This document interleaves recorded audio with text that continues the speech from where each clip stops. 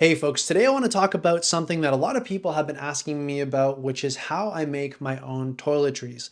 Now, this is something I've mentioned before in the past, and I've talked about how I make my own moisturizer and my own deodorant. And today I'm going to show you how I make the deodorant. This is something that I've been doing for about a year now. I started doing it around the time that I started the channel. I was just kind of looking at ways that I could simplify my life and take a little bit more control, learn a little bit more DIY skills, figure out what things that I could do for myself and not have to outsource for somebody else. Toward the end of the video, I'll talk about some of the positives and negatives of choosing a deodorant like this, why I chose the ingredients I did for the recipe, and just a couple more thoughts around making your own toiletries in general. But without further ado, I'm going to get started and show you how I make my homemade deodorant. Let's go. Okay, so we're in the kitchen and we'll go through the ingredients we need. First, we need some coconut oil, baking soda, and cornstarch, as well as a jar or some sort of container to hold the deodorant when we're finished. So the first thing we're going to do is heat up the coconut oil. We need the coconut oil to become completely liquefied so that we can mix it with the other ingredients to make the deodorant. If you have a microwave, you can use that. I don't have one, so the way that I'm going to be doing it is using the mason jar that I showed you as a double boiler with a pot with boiling water in it. Step is to use some coconut oil. I'm going to use a heaping tablespoon here and I'm going to melt that down. Place it in the double boiler once the water's hot. Now, I'm not actually going to get the water boiling hot because I don't want to crack the jar that I'm using, but I'm going to get it warm enough that it starts to soften the coconut oil as I stir. Keep stirring the coconut oil and it'll soon start to clarify. You want to keep doing it until it's completely liquid. Next, we're going to add the dry ingredients. The other thing to keep in mind is that some people find if they have sensitive skin that baking soda can be an irritant because of the gritty nature of baking soda. If that's the case for you, try adding more cornstarch to this recipe, not going with the 1-to-1 ratio that I'm following here. Perhaps do a 2-to-1 ratio of cornstarch to baking soda and see if that helps. So once I've added the baking soda and then the cornstarch, I'll give that a stir and I'll see what texture I'm getting from that. This texture is pretty good, but I'm actually seeing that I want to add a bit more volume. So I'm just going to put another scoop of coconut oil in here. Because the mixture is warm from the already hot coconut oil in here, it's going to melt pretty easily as long as I stir it up right away. If you find that your coconut oil is clumping, you can put it inside the warm water again, stir it that way, and that will certainly melt it for you. So now I'm going to add a bit more of the dry ingredients just to get the texture back to how I want it at the volume that I want it. Give it a stir and you can see this runny texture. This is kind of the consistency we want because keep in mind the coconut oil is still melted and it's going to solidify a little bit once it cools. Now, if you want a natural unscented recipe, you can stop right here, but I'm going to add some essential oils just to have a nice scent to go along with this. It's completely up to you what oils you want to use for this. I'm just going to use the ones that I have around: tea tree oil, citronella, and peppermint. As far as how much essential oil to add, you don't need to go too crazy with this, a few drops of each and then stir it in. Okay, I'm pretty happy with the consistency of this now. What I'm going to do next is put this in the fridge, let the coconut oil harden up again, and this deodorant will be ready to use. Okay, so I let the deodorant sit for probably a little too long. I put it in the freezer so I could expedite the process for this video. I would recommend putting it in the fridge just so you can solidify it with a little bit more control. This has completely solidified now. As you can see, it's not even coming out of this jar. It is fully solid in there now. It smells great. Definitely could be applied by finger if you wanted to wipe your finger with the deodorant and then apply it to your armpit that way. What I've also done in the past as well is I've recycled an old tube of deodorant. I've washed it out after I finished it up, and then I've made my deodorant and poured it into the tube. And if it's this type of consistency where it's quite hard, that would be the perfect candidate for putting in an old roll-on deodorant tube, and then you could just put it on the classic way. For me, what I end up doing usually is putting it in a jar like this, just because I'm flying a lot.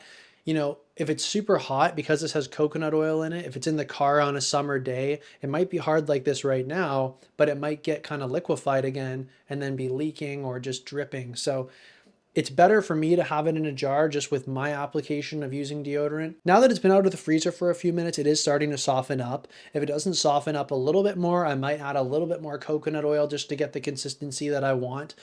And I want you guys to remember this. It doesn't have to be particular ratios. It's really going to depend on what your application is. Do you want to have it in a jar and apply it with your hands?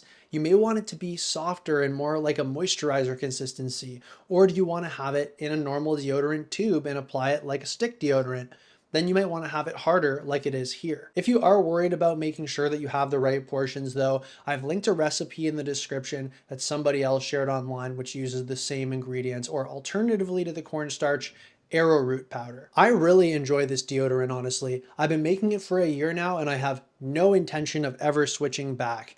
I originally wanted to switch to it because I just wanted to see what was possible for me to DIY. I chose to start making my own deodorant because honestly I heard that most deodorants are not good for you. The natural ones are way too expensive. I wanted natural ingredients. I wanted to control what I was putting in my body, but I didn't want to spend a ton of money doing it. Well, that's why I chose to make my own deodorant, and it's also why I chose to make my deodorant with these ingredients.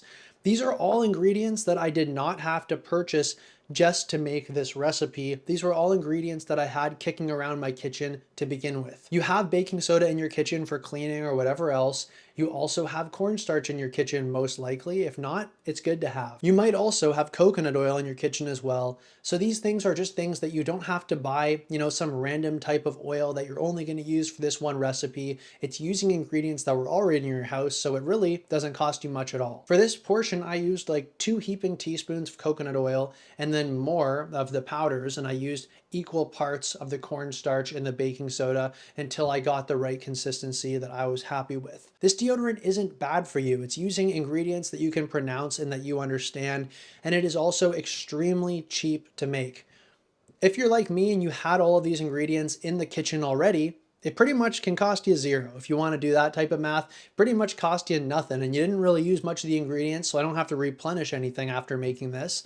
It pretty much costs $0. But if you had to buy all these ingredients from scratch, you're going to be buying the coconut oil, the baking soda, and the cornstarch, and you can get all of that stuff for less than 10 bucks, and that is going to make you so many different batches of these. You could be giving these as gifts. You could be making them for yourself for years to come. It's going to be that cheap, I promise. Over the last month, I was very busy and I just didn't even have the 5 or 10 minutes it took to make this, because it does not take very long at all. And I ended up buying in a pinch some, I think it was Green Beaver. It was some natural deodorant. And I found that I had to apply it multiple times a day because it was not effective for me nearly as much as my own deodorant. This deodorant actually kicks butt.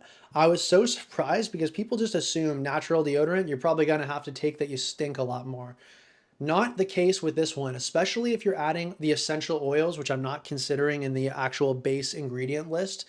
That's just kind of a pick your poison, figure out what scent works for you. Especially if you're adding those types of things, it's going to smell great and it's going to really help keep that BO scent down. I find that I don't need to reapply throughout the day. This one application with this deodorant is good enough for me. If you're getting the balance right to make sure that there's not too much oil in there, you're not going to have to worry about it being runny. You're not going to have to worry about it staining your clothes. Even though it is a white deodorant, I've never found it to leave any sort of stain or residue in my clothing. That is a concern for some, but I've not found that to be one for myself. Honestly, folks, wrapping up, final thoughts, I'm just gonna say, give it a try. What have you got to lose? You most likely have all of these ingredients lying around your house anyway, so just throw them together. Take 5 minutes, make a batch of this deodorant, see if it works for you, and I think you're gonna find yourself saving money and also using more natural ingredients for your body, so it's a win-win. If you make your own toiletries already and you have a deodorant recipe you think people should try, let me know in the comments section. I would love to hear from you. Also, if you end up making this deodorant and you find that it works for you and that's pretty good, let me know below. I'd love to hear your experience. Thanks very much for watching, folks, and I'll see you in the next video.